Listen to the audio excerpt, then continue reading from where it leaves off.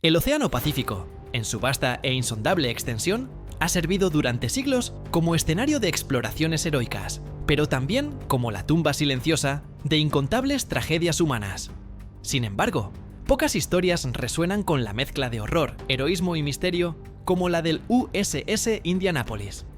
Durante más de 7 décadas, el destino final de este crucero pesado de la clase Portland permaneció oculto bajo 5.500 metros de agua, una leyenda de acero perdida en la oscuridad abisal. No fue hasta agosto de 2017 cuando una expedición liderada por el cofundador de Microsoft, Paul Allen, a bordo del buque de investigación RV Petrel, logró lo que parecía imposible: localizar los restos del naufragio. Este hallazgo moderno no solo proporcionó un lugar de descanso final para la memoria de los caídos, sino que ofreció una validación física y forense de los testimonios de los supervivientes, explicando con una claridad escalofriante los últimos y agonizantes minutos de la nave. Dale like, suscríbete y comparte. Comencemos. La historia del USS Indianapolis es inseparable de su misión final, una operación tan secreta que su propia naturaleza contribuyó a la catástrofe posterior. A finales de julio de 1945, el buque había completado una carrera de alta velocidad desde San Francisco hasta la isla de Tinian. En sus bodegas transportaba los componentes cruciales para Little Boy, la bomba atómica que poco después sería lanzada sobre Hiroshima. La urgencia de esta entrega obligó al Indianapolis a viajar sin escolta, confiando en su velocidad para evadir a los submarinos enemigos.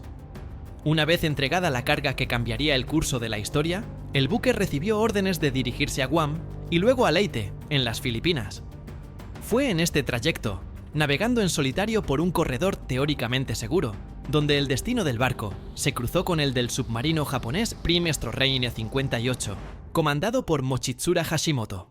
Los descubrimientos modernos realizados en el lecho marino han permitido reconstruir la secuencia del ataque con una precisión que los informes de la época solo podían estimar. El 30 de julio de 1945, poco después de la medianoche, 2 torpedos tipo 95 impactaron contra el costado de estribor del Indianapolis. El análisis de los restos hallados en 2017 confirma la devastación descrita por los marineros. El primer torpedo golpeó la proa, prácticamente desintegrándola. Las imágenes del sonar y los vídeos de los vehículos operados por control remoto muestran que la sección de proa se separó del resto del casco, un daño catastrófico que sentenció al buque casi instantáneamente.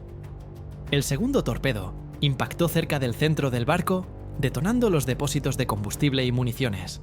Esta doble herida mortal explica por qué un buque de guerra de casi 200 metros de eslora, diseñado para soportar castigos severos, sucumbió con una rapidez pasmosa.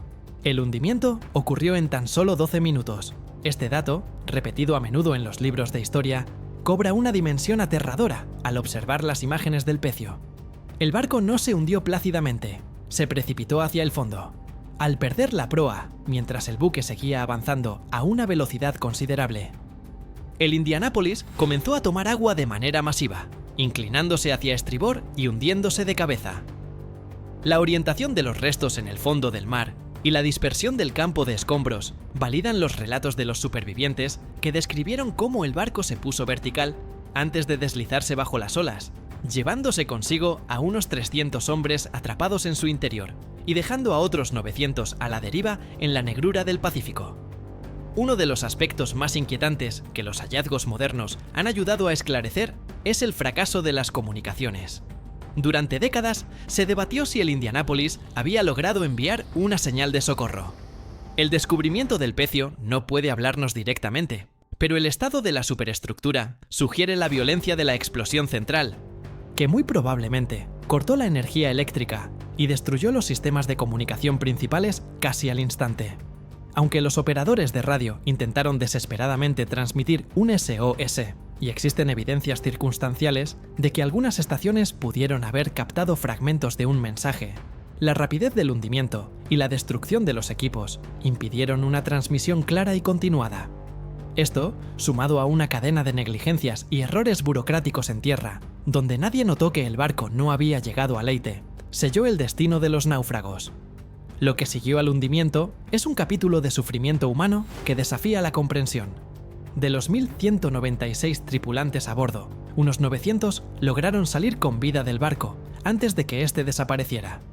Sin embargo, su calvario apenas comenzaba. Los descubrimientos modernos no se limitan al metal retorcido en el fondo del mar.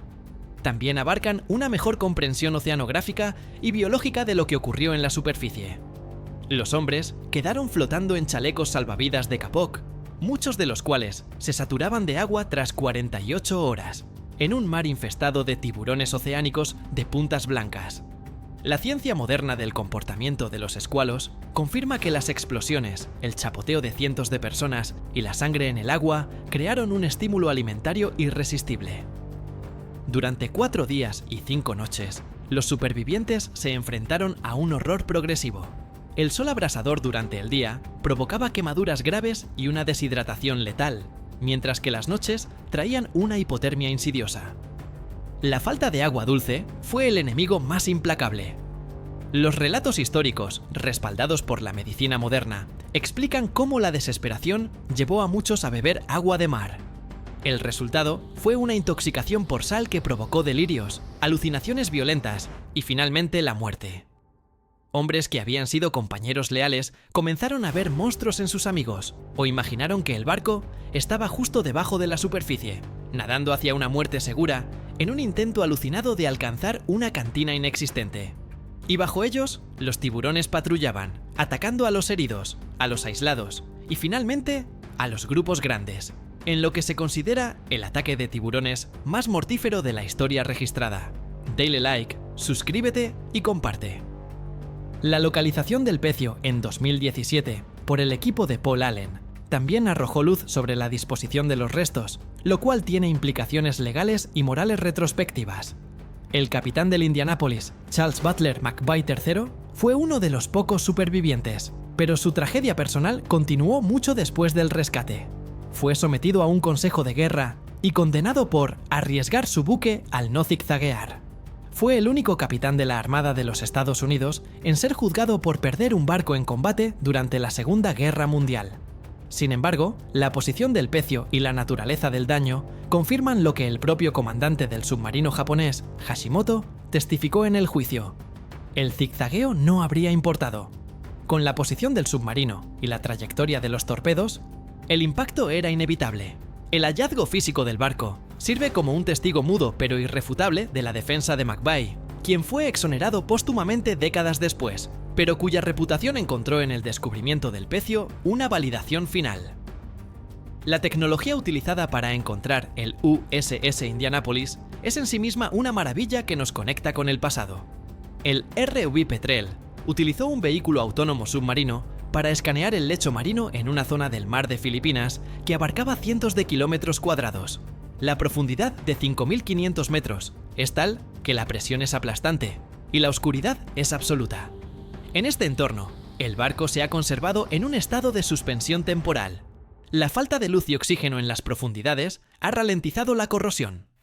Las imágenes reveladas muestran el número 35, todavía visible en el casco, así como cajas de municiones, cañones antiaéreos y partes de la estructura que parecen haber caído ayer. Estos detalles no son meras curiosidades, permiten a los historiadores navales verificar los planos de carga y entender cómo se desintegró el barco mientras descendía, confirmando la violencia de los últimos momentos que impidió cualquier evacuación ordenada. El rescate de los supervivientes fue tan fortuito como trágico fue el hundimiento. Ninguna señal de socorro había activado una búsqueda. Fue un avión de patrulla, PV-1 Ventura, pilotado por el teniente Wilbur Chuck Gwynn, el que avistó accidentalmente una mancha de petróleo mientras realizaba una patrulla rutinaria antisubmarina. Al descender para investigar, vio cabezas flotando en el agua. La magnitud del desastre se hizo evidente solo entonces. De los 900 hombres que entraron al agua, solo 316 fueron rescatados con vida. El resto sucumbió a las heridas, los tiburones, la deshidratación y la locura. Los descubrimientos modernos sobre las corrientes oceánicas en esa región específica ayudan a explicar la dispersión de los grupos de supervivientes, algunos de los cuales se alejaron kilómetros del lugar del hundimiento, complicando las tareas de rescate y prolongando su agonía. El legado del USS Indianapolis, reforzado por su descubrimiento físico, va más allá de la estrategia militar o la ingeniería naval. Es un estudio sobre la resistencia humana y sobre cómo una cadena de errores burocráticos puede tener consecuencias catastróficas. La ausencia de escolta, justificada por la velocidad y el secreto de la misión atómica, dejó al buque vulnerable en un momento crítico. La falta de un sistema de seguimiento de barcos adecuado significó que su no llegada a Leyte fuera ignorada. Los descubrimientos actuales nos obligan a mirar estos hechos no como estadísticas en un libro, sino como realidades tangibles. Ver el casco destrozado en el fondo del mar hace que la decisión de enviarlo solo sea aún más cuestionable a los ojos de la historia moderna. Además, el sitio del naufragio es ahora un cementerio de guerra protegido. La Ley de Protección de Embarcaciones Militares Hundidas asegura que el USS Indianapolis no sea perturbado por cazadores de tesoros. Permanece como un santuario para los tripulantes que bajaron con él y para aquellos que murieron en el agua, esperando un rescate que tardó demasiado. Para las familias de los desaparecidos, las imágenes del barco en el fondo del mar ofrecieron un cierre que había sido esquivo durante generaciones. Saber exactamente dónde descansan sus seres queridos transforma el océano de un vacío abstracto a un lugar con coordenadas y memoria. Los descubrimientos modernos en torno al USS Indianapolis, culminando con la localización visual y forense del pecio en 2017, han cerrado el círculo de una de las historias más dolorosas de la Segunda Guerra Mundial. Nos han permitido pasar de la especulación y el testimonio oral a la evidencia física incontrovertible. Confirman que el barco fue víctima de un ataque preciso y devastador, que lo sentenció en 12 minutos. Validan la imposibilidad de una defensa efectiva por parte del capitán McVeigh, dadas las circunstancias, y subrayan la soledad aterradora de su final. El acero retorcido en el fondo del Pacífico y la historia de los hombres que flotaron en su superficie nos recuerdan que, detrás de la victoria final aliada y el fin de la guerra, hubo sacrificios inmensos marcados por el horror, la negligencia y finalmente una resistencia humana inquebrantable. El USS Indianapolis ya no es un barco perdido, es un monumento eterno a la valentía frente a la desesperanza absoluta. Dale like, suscríbete y comparte. ¡Hasta la próxima!